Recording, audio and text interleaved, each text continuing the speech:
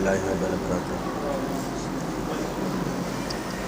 اعوذ باللہ من الشیطان الرجیم، بسم اللہ الرحمن الرحیم۔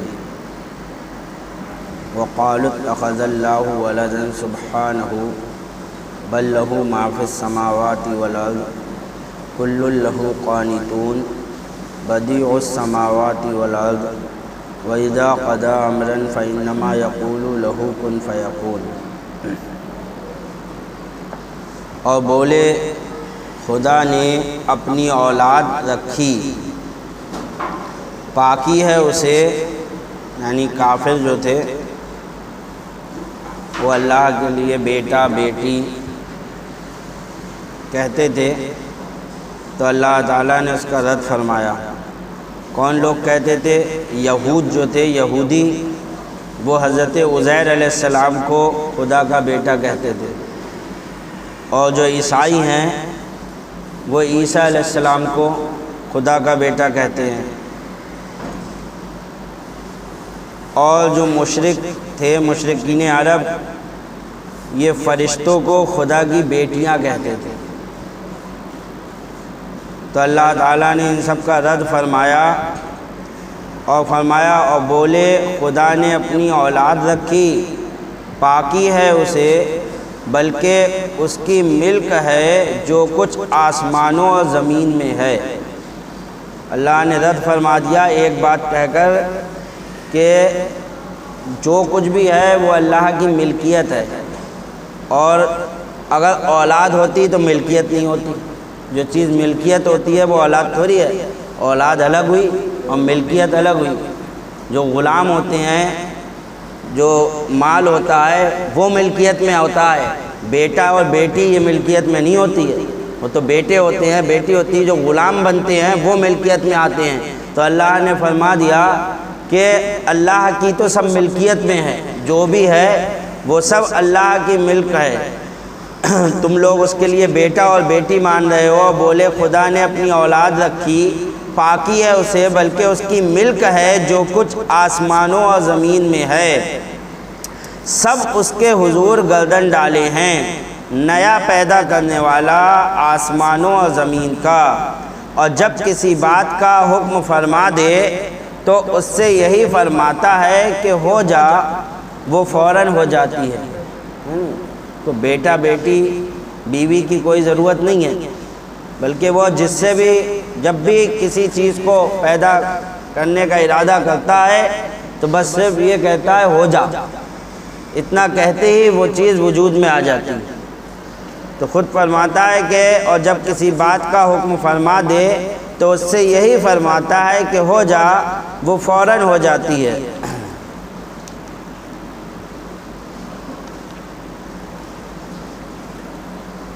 یہاں تھوڑی سی دلیلیں دے رہے ہیں کہ اللہ تبارک و تعالیٰ اولاد سے پاک ہے۔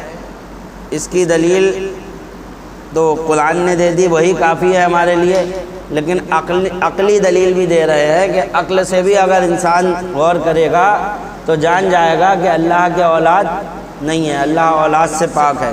کہہ رہا ہے اولاد کی ضرورت مغلوب کو ہوتی ہے، کبھی تو شہوت سے مغلوب ہو کر جمع کر لیتا ہے تو اولاد ہو جاتی ہے، جس سے اولاد ہو جاتی ہے، کبھی دشمنوں کی قوت سے مجبور ہو کر اولاد کی خواہش کرتا ہے کہ میرے دشمن بہت ہیں، میری اولاد زیادہ ہو تاکہ میری طاقت بڑھے، تو اولاد کی اسے خواہش ہوتی ہے۔ جو اپنا قوت بازو ہو اور اس کے ذریعے رشتہ داریاں بڑھیں اور یہ مجبور ہو کر نہ رہے، رب تعالیٰ ہر قسم کی مغلوبی سے پاک ہے۔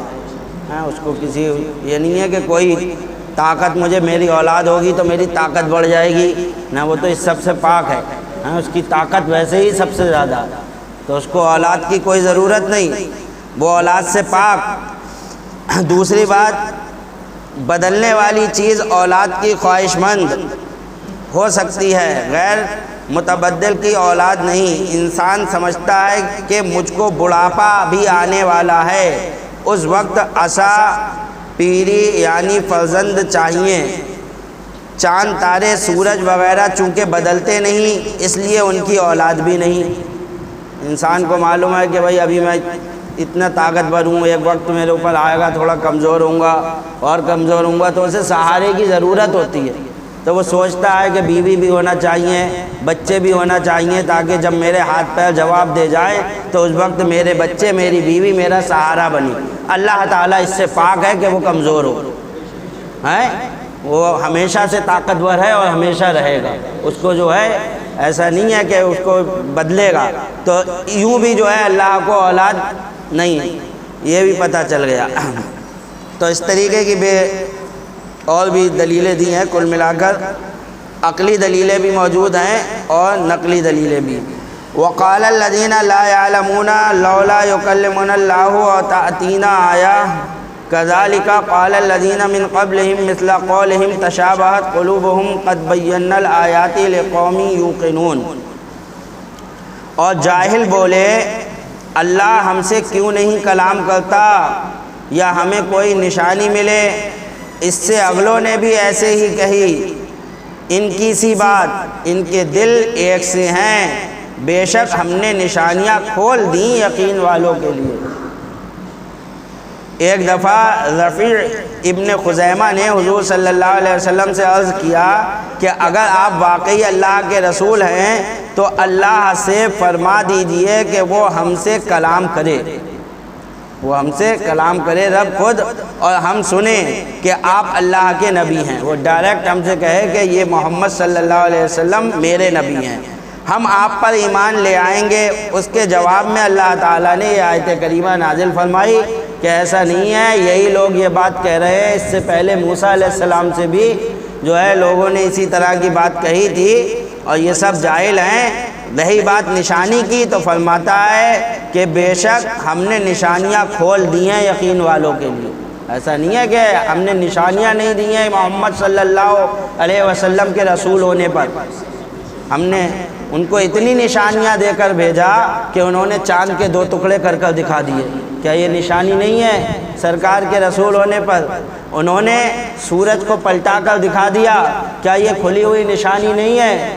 انہوں نے جو ہے درختوں کو اپنے آگے سجدہ کروا دیا، کیا یہ نشانی نہیں ہے؟ جانوروں کی بولیاں سن کر ان کو میں فیصلہ فرما دیا، کیا یہ نشانی نہیں ہے؟ غیب کی باتیں جو کوئی نہیں جانتا وہ بتا دی، کیا یہ نشانی نہیں ہے؟ تو کھلی ہوئی نشانیاں ہم نے دے کر بھیجا ہے، پھر بھی یہ کہو کہ رب آ کر ہمیں بتائے، تو یہ جاہلوں کی باتیں ہیں۔ ایسا نہیں ہے کہ بغیر نشانیوں کے ہم نے سرکار کو بھیج دیا ہو، بلکہ ہم نے نشانیاں کھول دی ہیں یقین والوں کے لیے۔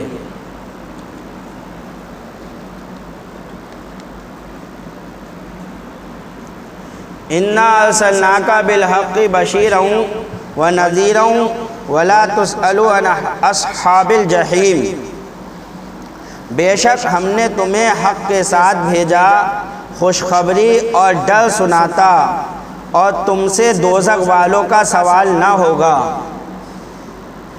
تفسیر روح البیان و عزیزی نے صراحتاً اور تفسیر مدارک نے اشارتاً فرمایا کہ ایک بار حضور صلی اللہ علیہ وسلم فرماتے تھے کہ کاش میں اپنے والدین کا انجام معلوم کر لوں، تب یہ آیت کریمہ اتری۔ اس کے بعد حضور صلی اللہ علیہ وسلم نے کبھی اپنے والدین کا ذکر نہیں فرمایا، لیکن شیخ جلال الدین سیوطی نے اس روایت کو ضعیف فرمایا اور کہا کہ اس صورت میں یہ آیت گزشتہ سے بے ربط بھی ہو جائے گی۔ یعنی یہ جو روایت پیش کی ہے سرکار کی کہ سرکار نے فرمایا کہ کاش میں اپنے والدین کا انجام معلوم کر لوں، تو اللہ تعالیٰ نے یہ آیت کریمہ نازل فرما دی کہ تم سے دوزخ والوں کا سوال نہ ہوگا۔ تو اس کو جو ہے شیخ جلال الدین سیوطی فرماتے ہیں یہ حدیث جو ہے یہ حدیث ضعیف ہے۔ بہت اس آیت کریمہ اور اس حدیث کو لے کر یہ دلیل بنانا کہ اللہ کے رسول صلی اللہ تعالیٰ علیہ وسلم کے والدین معاذ اللہ رب العالمین کافر تھے، جہنمی تھے، یہ غلط ہے۔ تو بہت سے اس میں اختلاف ہو گیا، اس وجہ سے یہ حدیثیں جو آئی اس طریقے کی، تو سرکار دو عالم صلی اللہ علیہ وسلم کے والدین کے ایمان کے بارے میں اختلاف ہو گیا، ایک بحث چل پڑی۔ کہ سرکار کے والدین مسلمان تھے یا کافر تھے، تو اس کے بارے میں بتا رہے ہیں حضرت آمنہ خاتون اور حضرت عبداللہ رضی اللہ تعالیٰ عنہما کے ایمان میں بہت گفتگو کی گئی۔ بعض ظاہر بین علماء نے اس آیت کریمہ سے ان کا جہنمی ہونا سمجھا، العیاذ باللہ۔ ہم اس بارے میں نہایت منصفانہ تحقیقات کرتے ہیں، قارئین سے امید انصاف ہے، اور حضور سید المرسلین علیہ السلام اور ان کے پروردگار رب العالمین تبارک و تعالی سے امید قبول۔ خیال رہے کہ اس مسئلے میں 4 قول ہیں، اس بارے میں سرکار کے والدین کے بارے میں ایمان کے تعلق سے 4 قول پائے جاتے ہیں۔ ایک یہ کہ یہ دونوں حضرات نہ زندگی میں مومن تھے، نہ موت کے وقت اور نہ اب۔ ایک قول یہ ہے کہ نہ تو پہلے مومن تھے، نہ بعد میں مومن ہوئے، نہ اب مومن ہیں۔ دوسرا قول کہنا یہ قول ملا علی قاری وغیرہ کا ہے۔ دوسری یہ کہ اس میں خاموشی چاہیے، ان کا حال رب جانے۔ بعض علماء نے یہ کہا کہ بھئی خاموش رہو اور اللہ جانے کہ سرکار کے والدین کا حال کیا ہے۔ تیسرا یہ کہ دونوں حضرات بر وقت موت تو ایمان پر نہ تھے لیکن اب مومن ہیں۔ تیسرا قول یہ ہے کہ جب مرے تھے تب تو ایمان پر نہیں مرے لیکن ہاں اب مومن ہیں۔ چوتھا یہ کہ وہ زندگی میں موحد مومن تھے، بر وقت وفات بھی توحید پر قائم رہے، اور اب وہ دین اسلام پر ہیں، اور یہ آخر قول ہی صحیح ہے۔ چوتھا قول جو بتایا کہ زندگی میں وہ موحد تھے، یعنی ایک خدا کی عبادت کرنے والے تھے، اور بر وقت وفات بھی توحید پر ہی قائم رہے، ایک ہی اللہ کو مانتے رہے، اور اب جو ہے دین اسلام پر وہ قائم ہے۔ یہ آخری قول ہی صحیح ہے۔ جمہور علماء کا یہی عقیدہ ہے۔ سکوت کرنے والے کہتے ہیں کہ ان کے ایمان و کفر دونوں کے دلائل ملتے ہیں، لہذا اس مسئلے میں زبان نہ کھولنی چاہیے، اور ان کے متعلق نیک گمان ہی لازم ہے۔ جو لوگ کہ انہیں زندگی میں کافر اور اب مومن مانتے ہیں، وہ کہتے ہیں کہ بعض روایتوں سے ان کا مشرک ہونا معلوم ہوتا ہے، اور حضرت عائشہ صدیقہ رضی اللہ تعالیٰ عنہ کی روایت سے معلوم ہوتا ہے کہ آپ نے انہیں حج وداع کے موقع پر زندہ کر کے کلمہ پڑھایا۔ یہ جو لوگ کہتے ہیں پہلے تو کافر تھے لیکن اب مومن ہیں، تو وہ حضرت عائشہ کی وہ روایت لاتے ہیں کہ سرکار حج سے واپس آ رہے تھے تو اپنے والدین کی قبروں کے پاس رکے اور اللہ سے دعا کی، اللہ تبارک و تعالیٰ نے ان کے والدین کو زندہ کیا، وہ دونوں قبروں سے باہر آئے اور سرکار پر کلمہ پڑھا، اور کلمہ پڑھ کر واپس قبر میں چلے گئے۔ تو وہ یہ روایت لا کر کہتے ہیں کہ پہلے مومن نہیں تھے لیکن اب مومن ہیں۔ جیسا کہ شامی نے امام قرطبی اور امام ناصر الدین وغیرہ ہم سے روایت کی، جو لوگ کہتے ہیں کہ وہ پہلے بھی ایمان پر نہ تھے اور اب بھی نہیں ہیں، وہ کچھ آیتیں، کچھ احادیث، کچھ بزرگان دین کے اقوال اور دلائل عقلی پیش کرتے ہیں۔ اب دلیل سنیے ان لوگوں کی، یہی آیت کہ حضور علیہ السلام نے اپنے والدین کا حال دریافت کرنا چاہا تو فرمایا گیا کہ آپ جہنمیوں کا حال نہ پوچھئے، معلوم ہوا کہ وہ حضرات اس وقت بھی جہنمی ہیں۔ دوسرے ان کی دلیل یہ ہے کہ ایک بار حضور علیہ السلام نے اپنی والدہ کے لیے دعائے مغفرت کی اجازت چاہی، تب یہ آیت کریمہ نازل ہوئی جس میں فرمایا گیا کہ آپ مشرکین کے لیے دعائے مغفرت نہ کریں، جس سے معلوم ہوا کہ معاذ اللہ وہ اب بھی مشرک ہی ہیں۔ ایک دلیل اور دے رہے ہیں کہ مشکات باب زیارت القبور میں مسلم کی روایت ہے کہ حضور علیہ السلام نے اپنی والدہ کی قبر کی زیارت کی، خود بھی روئے اور دوسروں کو بھی رلایا، اور فرمایا کہ میں نے ان کی مغفرت کے لیے رب سے اجازت چاہی تھی، نہ ملی، اور ان کی زیارت قبر کی اجازت چاہی، مل گئی۔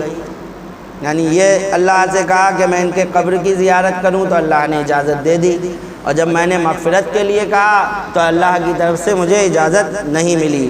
اس حدیث سے کہہ رہے معلوم ہوا کہ آمنہ خاتون مومنہ نہیں ہے، معاذ اللہ رب العالمین۔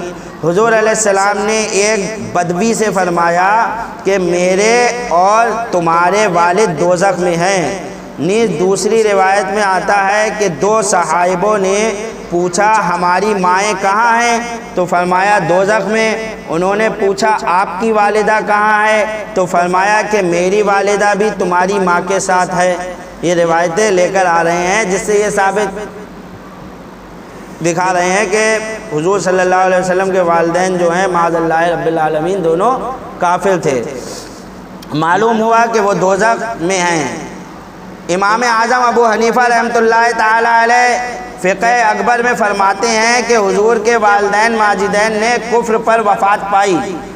فقہ اکبر میں حضرت امام اعظم کی عبارت لاتے ہیں اور کہتے ہیں کہ فقہ اکبر میں امام اعظم ابو حنیفہ نے فرمایا کہ حضور کے والدین ماجدین نے کفر پر وفات پائی، تو امام کے قول کے ہوتے ہوئے حنفیوں کو حق نہیں کہ ان کو مومن مانے۔ والدین کریمین کو زندہ کر کے ایمان دینا عقل اور نقل کے خلاف ہے۔ کہہ رہے ہیں جو کہہ رہے ہو آپ کے زندہ کیا تو وہ عقلاً اور نقلاً جو ہے عقل کے خلاف ہے۔ کہہ رہے ہیں نقلاً تو اس لیے کہ یہ حدیث ضعیف ہے، اور عقلاً اس واسطے کہ نزا سے پہلے کا ایمان معتبر ہے، وقت موت اور بعد موت کا ایمان ناقابل قبول ہے۔ یہ تو مسئلہ آپ لوگوں کو معلوم ہی ہے کہ مرنے سے پہلے کا ایمان قبول ہوتا ہے اور مرنے کے بعد کا ایمان قبول تھوڑی ہوتا ہے، تو پھر جو ہے ان کا کیسے قبول ہو گیا؟ تو اس بات کو بھی رد کر رہے ہیں۔ اب سنیے اپنی دلیلیں، یہ تو ہو گئی وہ دلیلیں، اب جو مومن کہا ہے اس پہ دلیل سنیے۔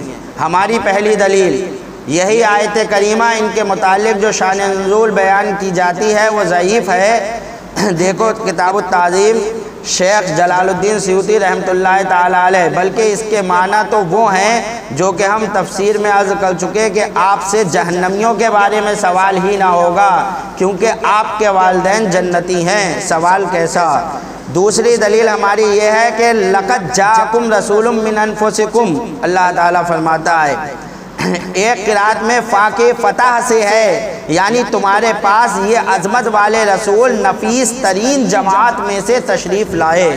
اللہ فرماتا ہے کہ تمہارے پاس یہ رسول نفیس ترین جماعت میں سے تشریف لائے اور کافر نفیس نہیں۔ تو ظاہر سی بات ہے جب اللہ فرما رہا ہے کہ نفیس جماعت میں سے آئے، پاک جماعت میں سے، تو کافر تو پاک اور نفیس ہے نہیں، تو پھر سرکار جہاں سے آئے ہیں تو وہ پھر نفیس کیسے ہوں گے اگر انہیں کافر مانو؟ اور اگر جو ہے کافر مان رہے ہو تو قرآن انہیں نفیس کہہ رہا ہے، تو پتہ چلا کہ وہ جو ہے کافر نہیں بلکہ مومن تھے، اور کافر خبیث ہے۔ معلوم ہوا کہ حضور کے والدین بلکہ سارے آباء و اجداد اعلیٰ مومن ہیں۔ تیسری دلیل رب فرماتا ہے تقلبک فی الساجدین، یہ بھی اللہ تعالیٰ فرماتا ہے تقلبک فی الساجدین، اے نبی علیہ السلام ہم آپ کے مومنین کی پشتوں اور شکموں میں دورے کو دیکھ رہے ہیں۔ سبحان اللہ، اللہ فرما رہا ہے آپ کے ہم دورے کو دیکھ رہے ہیں کہ آپ کبھی جو ہے کسی ایک مومن کی پیٹھ میں ہو، پھر دوسری جو ہے ماں کے شکم میں پہنچے وہ بھی مومنہ، پھر جو ہے کسی کی پیٹھ میں پہنچے وہ بھی ہم دیکھ رہے ہیں۔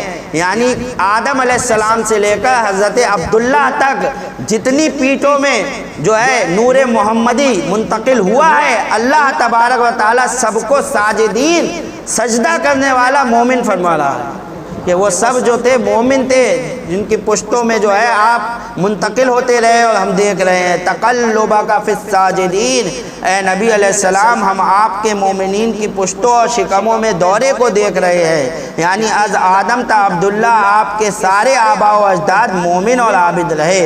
دیکھو تفسیر مدارک سید المرسلین میں باب الفضائل، مشکات باب فضائل سید المرسلین میں روایت بخاری ہے کہ حضور فرماتے ہیں بعثت من خیر قرون بنی آدم قرنا فقرنا حتی کنت من القرن الذین کنت منہ، جس سے معلوم ہوا کہ حضور علیہ السلام ہمیشہ انسانوں کی بہترین جماعت میں منتقل ہوتے رہے، یعنی آپ کے نور کی گردش بھی پاک پیٹوں اور پیٹوں میں رہی، اور پیدائش شریف بھی بہترین پشت اور شکم سے ہوئی۔ اور مشرک جو ہے وہ خیر نہیں بلکہ شر ہے۔ مشکات زیارت القبور کی وہ حدیث کہ حضور علیہ السلام کو آمنہ خاتون کی قبر کی زیارت کی اجازت ملی، نہ کہ استغفار کی۔ ابھی پیچھے آئی تھی، سرکار نے فرمایا مجھے قبر کی زیارت کی تو اجازت مل گئی لیکن استغفار کرنے کی اجازت نہیں ملی۔ تو کہہ رہے ہیں اگر وہ کافرہ ہوتی یا ان کے والد کافر ہوتے تو زیارت قبر کی بھی اجازت نہیں ملتی۔ کافر کے قبر کی زیارت کی اجازت اللہ تبارک و تعالیٰ دیتا نہیں دیتا۔ تو پتہ یہ چلا کہ وہ مومن اور مومنہ تھیں جو ان کے قبر کی زیارت کی اجازت مل رہی ہے، قبر کی اجازت نہ ملتی۔ قرآن کریم فرماتا ہے وَلَا تَقُمْ عَلَىٰ قَبْرِهِ إِنَّهُمْ كَفَرُوا بِاللَّهِ وَرَسُولِهِ وَمَاتُوا وَهُمْ فَاسِقُونَ، جس سے معلوم ہوا کہ کفار کی قبر کی زیارت منع ہے۔ رہا استغفار کی اجازت نہ ملی، وہ اس لیے نہیں کہ وہ کافرہ تھیں بلکہ اس لیے کہ وہ بے گناہ تھیں۔ جب گناہ گار ہوں گے تبھی تو ان کے لیے دعائے مغفرت کرو گے، یا اللہ ان کی مغفرت فرما دے۔ وہ بے گناہ تھیں۔ گناہ گار تو وہ جس کو شرعی احکام پہنچے اور وہ ان کی مخالفت کرے، ان کی شریعت کے احکام، ان کو شریعت کے احکام پہنچے ہی نہیں تھے کہ کوئی شریعت تھی ہی نہیں اس وقت۔ حضرت عیسیٰ علیہ السلام کا زمانہ گزر چکا تھا اور نبی آخر زمان کا زمانہ ابھی آیا نہیں تھا۔ تو جب کوئی شریعت نہیں تھی تو کسی شریعت کی آپ نے مخالفت بھی نہیں کی، تو پھر کائے کے لیے گناہ گار ہوں گے؟ تو کوئی گناہ گار بھی نہیں ہے۔ اسی لیے بچے کی نماز جنازہ میں دعائے مغفرت نہیں ہے۔ بڑوں کی نماز جنازہ پڑھتے ہیں تو دعا پڑھتے ہیں تو مغفرت کی دعا ہے، لیکن کوئی بچہ نابالغ بچہ اگر مر جائے تو اس میں جو دعا پڑھی جاتی ہے اس میں اس بچے کی مغفرت کی تو کی نہیں جاتی۔ کیوں؟ کہ اس بچے نے کوئی گناہ ہی نہیں کیا ہے، تو ایک بچے کے لیے مغفرت کی دعا نہیں کی جا رہی ہے وہاں پر، تو وہ تو نبی کی ماں تھی تو وہاں پر جو اجازت نہیں ملی اس کی وجہ یہی رہی۔ رہا حضور کا گریہ فرمانا، وہ محبت فرزندی کے جوش سے ہے کہ آج وہ زندہ ہوتی تو ہماری اس شان کو دیکھ کر آنکھیں ٹھنڈی فرماتی۔ آج تک دلیل قوی تو کیا کسی ضعیف دلیل سے بھی ان دونوں صاحبوں کی بت پرستی یا عقیدہ کفر ثابت نہیں۔ سب سے بڑی بات تو یہ ہے کوئی لاؤ کوئی ضعیف حدیث بھی لے کر آؤ جس میں ان کی بت پرستی ثابت کر کے دکھا دو کہ حضرت عبداللہ نے یا حضرت آمنہ نے کبھی کسی بت کی پوجا کی ہو، کوئی ایسی نہیں ملے گی۔ تو کہہ رہے ہیں دلیل قوی تو کیا کسی ضعیف دلیل سے بھی ان دونوں صاحبوں کی بت پرستی یا عقیدہ کفر ثابت نہیں ہوا، بلکہ ان کے اقوال سے ان کے ایمان کا پتہ چلتا ہے، بلکہ ان کا جو قول ہے اس سے پتہ چلتا ہے کہ یہ لوگ مومن تھے۔ چنانچہ علامہ سیوطی نے اپنی کتاب میں فرمایا، بیان کیا ہے کہ آمنہ خاتون نے اپنی وفات کے وقت، جب حضرت آمنہ خاتون کی وفات کا وقت آیا، حضور صلی اللہ علیہ وسلم کے چہرے پاک پر حسرت سے نظر کی اور ان کی یتیمی پر خیال کر کے یہ اشعار پڑھے۔ جب وصال ہونے جا رہا تھا تو یہ شعر پڑھے۔ اب دیکھیں ان شعروں سے پتہ چلتا ہے جو حضرت آمنہ نے پڑھے تھے کہ آپ مومنہ تھی یا کافرہ تھی۔ ترجمہ سنا رہا ہوں۔ بارک اللہ فیکا من غلامی یا ابن الذی من حرمت الحمامی، یعنی اے بیٹے اللہ تجھے برکت دے، مجھے یقین ہے کہ تم رب کی طرف سے ساری مخلوق کے نبی ہوگے اور حل و حرم عرب و عجم میں اسلام پھیلاؤ گے، اللہ تمہیں بت پرستی سے بچائے گا۔ تو یہ کون ماں کہہ رہی ہیں کہ اللہ تمہیں بت پرستی سے بچائے گا؟ تو جو ماں بچے کے لیے یہ دعا کر رہی ہو وہ ماں خود بت پرستی کرتی ہوگی؟ تو پتہ یہ چلا جو ہے کہ آپ ایمان والی تھی۔ اور فرمایا اور دین ابراہیمی تم سے پھیلائے گا، اور پھر فرمایا یعنی میں تو مر جاؤں گی مگر میرا ذکر قیامت تک رہے گا، کیونکہ میں نے بہترین چیز پاک فرزند چھوڑا ہے۔ اس سے ان کے دین ابراہیمی پر قائم ہونے کا پتہ چلتا ہے کہ حضرت آمنہ جو تھیں وہ دین ابراہیمی پر تھیں۔ چلیے وما علینا الا البلاغ۔